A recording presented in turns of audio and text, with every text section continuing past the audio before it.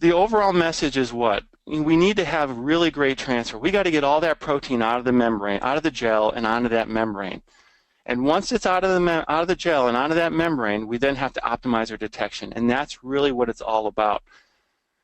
So let's get right into protein transfer optimization.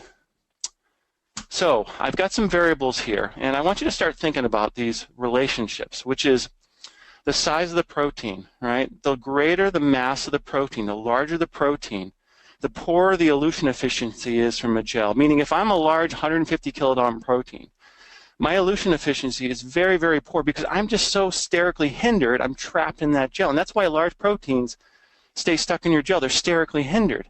It's not the only reason. I'm going to point another reason out a little bit later. But they're sterically hindered. So their elution efficiency is really poor. But their binding, once they get out of the gel and they bind to that membrane, their binding efficiency is really, really good. They don't have a problem with blow-through. I mean, the binding efficiency is really great with large proteins, poor with elution efficiency. For small proteins now, it's the opposite. So you got a 10 kilodalton protein. Its elution efficiency from the gel is really, really good. The problem is the binding efficiency. So because I'm a small 10 kilodalton protein, I don't have a lot of amino acids to create a bond with that nitrocellulose or PVDF substrate. So binding is really poor with small proteins. So we have two ends of the spectrum. Now related to that, of course, is your electron motive force, your current or the voltage. And so try to understand this relationship, which is the higher the current, so the larger the protein, the greater the current or the voltage you should use. Because what happens is, because it's basically like this, the greater the current or the voltage, the greater the elution efficiency is from a gel. So if I've got 150 kilodalton protein and I'm having trouble getting it out of the gel, I need to crank up my current and voltage to increase the efficiency and the force to get that protein out of there. But the opposite is true when it comes to small proteins, okay? Because if you're a small protein, you don't have trouble getting out of the gel. Your trouble comes when you're trying to bind to that membrane. So you typically want to turn the current or the voltage down.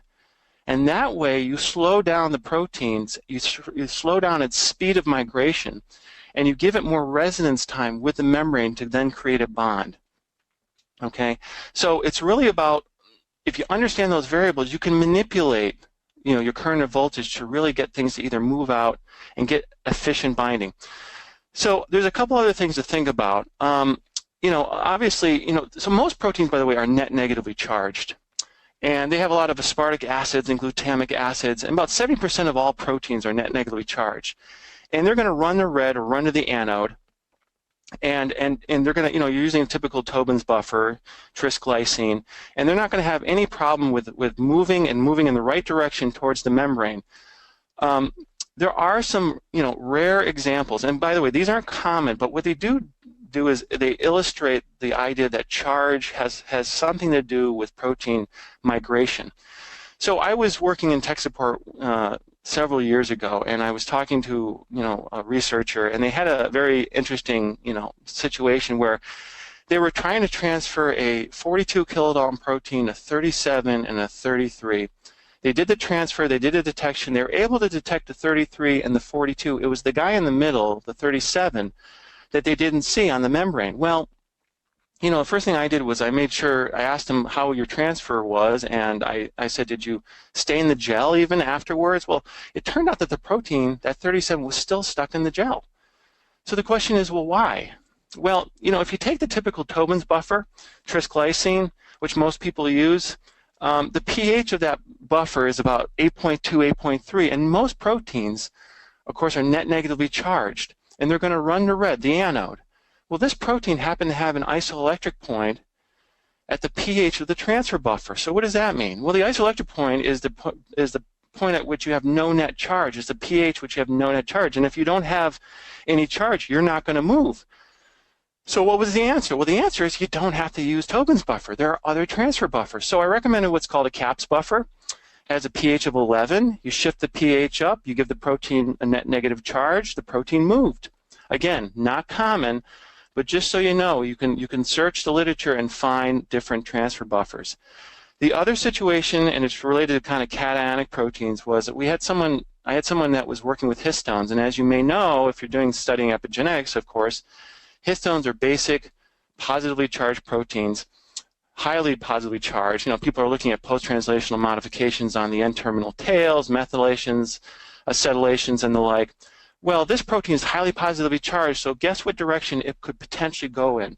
It's not going to run to red, it's not going to run to the anode, it could potentially go in the opposite direction. And yes, I know there's SDS, which is your anionic detergent, but some of that gets washed away. So I simply had the person put the membrane on the opposite side to catch that protein. So the other thing I mentioned there, of course, is SDS, and SDS, of course, is very necessary.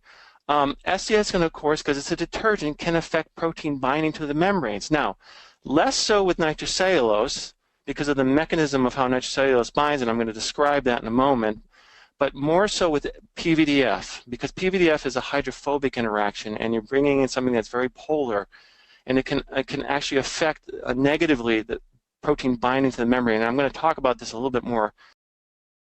To view the full video of this and all of our other webinars for bioscientists at the bench, please visit bitesizebio.com/webinars.